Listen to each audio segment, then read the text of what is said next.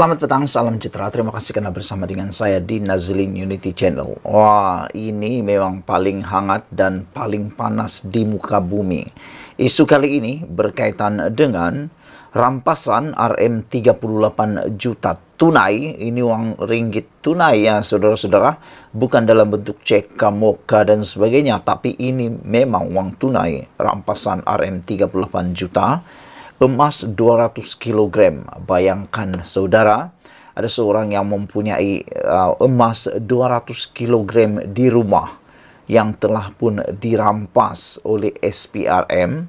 Kali ini Azam Baki mendedahkan pendedahan paling menarik luar biasa yang kita dapat petang ini ialah ahli politik dan ahli perniagaan dalam radar SPRM.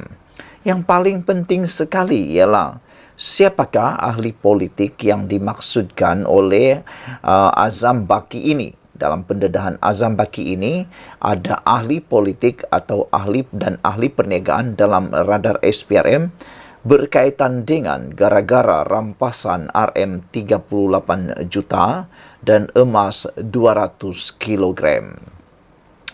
Terdapat beberapa individu berprofil tinggi dalam radar SPRM untuk siasatan membabitkan sindiket rasuah, pecah amanah, penyeludupan barang haram, serta pengurangan cukai tidak sah menurut Azam Baki. Ketua Pesuruhjaya SPRM Tan Sri Azam Baki berkata, pihaknya tidak menolak kemungkinan perkara ini. Memang ada beberapa individu berprofil tinggi membabitkan ahli politik serta ahli perniagaan akan disiasat dan dipanggil untuk dirakam keterangan, kata Azam Baki lagi. Yang menjadi persoalan kita pada petang ini ialah siapakah ahli politik yang terlibat di dalam isu besar membabitkan rampasan uang tunai 38 juta dan 200 kg emas ini. Menurut Azam Baki, mereka akan dipanggil bagi membantu siasatan berhubung harta-harta dan perpelajaan mencurigakan yang dikesan baru-baru ini. Beliau berkata mengenai rampasan pelbagai barangan tempoh hari, SPRM masih menganalisa hasil sitaan emas, wang tunai, wang dalam bank untuk mengetahui bagaimana ia diperolehi. Tambahnya, setakat ini seramai 25 saksi telah dipanggil untuk membantu siasatan. Katanya, siasatan turut dijalankan mengikut Akta Percukaian 1967 dan Akta Kastam 1967 yang disiasat oleh Lembaga Hasil Dalam Negeri serta Jabatan Kastam Diraja Malaysia.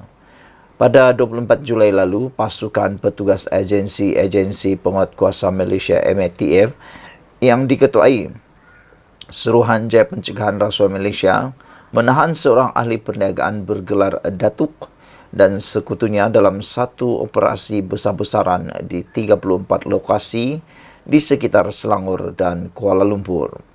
Dalam serbuan itu, MATF turut menyita wang tunai kira-kira Rm38 juta, emas dianggarkan 200 kg bernilai kira-kira 60 juta ringgit, selain 17 kereta mewah, antaranya berjenama Maserati, Ferrari, dan Mercedes-Benz. Kes disiasat di bawah Akta SPRM 2009 serta Akta Pencegahan Pengubahan Wang Haram, Pencegahan Pembiayaan Keganasan dan Hasil daripada Aktiviti Haram. OPS 82S itu dijalankan dengan kerjasama 6 agensi penguatkuasa lain, iaitu Polis Diraja Malaysia PDRM, Jabatan Immigration JIM, Jabatan Kastam Diraja Malaysia JKDM, Bank Negara Malaysia BNM, Lembaga Hasil Dalam Negeri LHDN dan Cyber Security Malaysia CSM. Dipetik daripada Awani. Sekian dulu untuk kali ini. Jangan lupa tinggalkan komen Anda, tekan butang subscribe. Kita jumpa lagi. Bye-bye. Selamat petang, salam sejahtera. Terima kasih karena bersama dengan saya di Nazlin Unity Channel. Saudara-saudara sekalian, isu paling hangat pada petang ini ialah adakah Muhyiddin Yassin akan disiasat sepenuhnya dalam akta hasutan. Ini gara-gara Muhyiddin menyentuh isu kalimah Allah tak menghormati titah Raja Melayu. Seperti yang kita tahu, pada Jun yang lepas, Sultan Selangor telah pun bertitah. Semua pihak tidak boleh mempolitikkan, membangkit atau membahaskan isu penggunaan kalimat Allah sehingga Majlis Raja-Raja membuat keputusan muktamad. Namun demikian, di dalam satu ucapan yang disampaikan oleh Muhyiddin baru-baru ini berkaitan dengan kes Allah, beliau mengungkap ataupun menggunakan isu ini, memberikan ucapan berkaitan isu Allah di dalam kempen pilihan raya beliau dengan mengatakan, kes Allah Anwar tak rayu, beza tak soal Muhyiddin. Perkara ini mengejutkan kita semua kerana ianya telah pun sebenarnya melanggar titah Kebawah Duli Yang Maha Mulia Sultan Selangor. Dengan ini, DAP telah pun membuat keputusan. Beberapa pemimpin daripada DAP telah pun membuat laporan polis berkaitan dengan ucapan tersebut kerana telah pun memainkan isu 3R, iaitu kaum, agama dan raja-raja. Ahli Parlimen Bukit Bendera, Serlina Abdul Rashid membuat laporan itu pada Isnin lalu, menggesa polis menyiasat Muhyiddin di bawah Akta Hasutan dan Seksyen 505 Kanun Keseksaan kerana mengeluarkan kenyataan yang boleh memudaratkan ketenteraman awam. Ini adalah satu perilakuan ataupun perilaku hipokrit PN apabila mereka sendiri menggunakan isu 3R untuk PRN yang berlangsung ketika ini, kata beliau. Niat mereka tidak bukan untuk menimbulkan kebencian dan ketakutan dalam kalangan pengundi terhadap PH, kata pemimpin itu. Dengan itu, hari ini akhirnya Menteri Keselamatan Dalam Negeri iaitu Saifuddin Nasution Ismail tampil menyatakan bahawa Muhyiddin menyentuh isu kalimah Allah tak hormati titah Raja Melayu. Pengerusi Perikatan Nasional Muhyiddin Yassin dibidas kerana tidak menghormati titah Raja Melayu yang mahu semua pihak tidak membangkitkan isu penggunaan kalimah Allah sehingga Majlis Raja-Raja membuat keputusan muktamad. Menteri Dalam Negeri Saifuddin Nasution Ismail berkata, ucapan Muhyiddin di Kapar Selangor pada Ahad lepas yang menyentuh isu tersebut menunjukkan pemimpin utama PN itu tidak menghormati nasihat Raja Melayu. Kalau sebagai pemimpin politik Melayu Islam tidak boleh menghormati nasihat raja-raja, percayalah orang macam ini tak akan menghormati sama sekali rakyatnya sendiri, kata beliau. Dia akan terus bernafas dalam politik dengan cara memainkan isu seperti ini, walaupun Majlis Raja-Raja nasihat sebaliknya, katanya pada sidang media di Ibu Pejabat PKR Kedah. Sultan Selangor pada Jun bertitah supaya semua pihak tidak mempolitik, membangkit atau membahaskan isu penggunaan kalimah Allah sehingga Majlis Raja-Raja membuat keputusan muktamad. Sultan Sarafuddin Idris Shah mengizinkan isu itu dibincangkan dalam Majlis Kebangsaan bagi hal ehwal agama Islam Malaysia pada Ogos dan hasilnya akan diangkat ke penelitian Majlis Raja-Raja pada Oktober. Saudara-saudara sekalian, kita sebagai rakyat Malaysia, kita langsung tak mahu ada berlaku ketidaktenteraman awam. Dan yang lebih penting lagi ialah apa yang berlaku dalam PRN, kempen-kempen ataupun kemenangan kepada ahli-ahli yang berhormat, yang calon-calon yang bertanding, tidak akan membawa apa-apa makna sekiranya negara ini dalam keadaan tidak tenteram.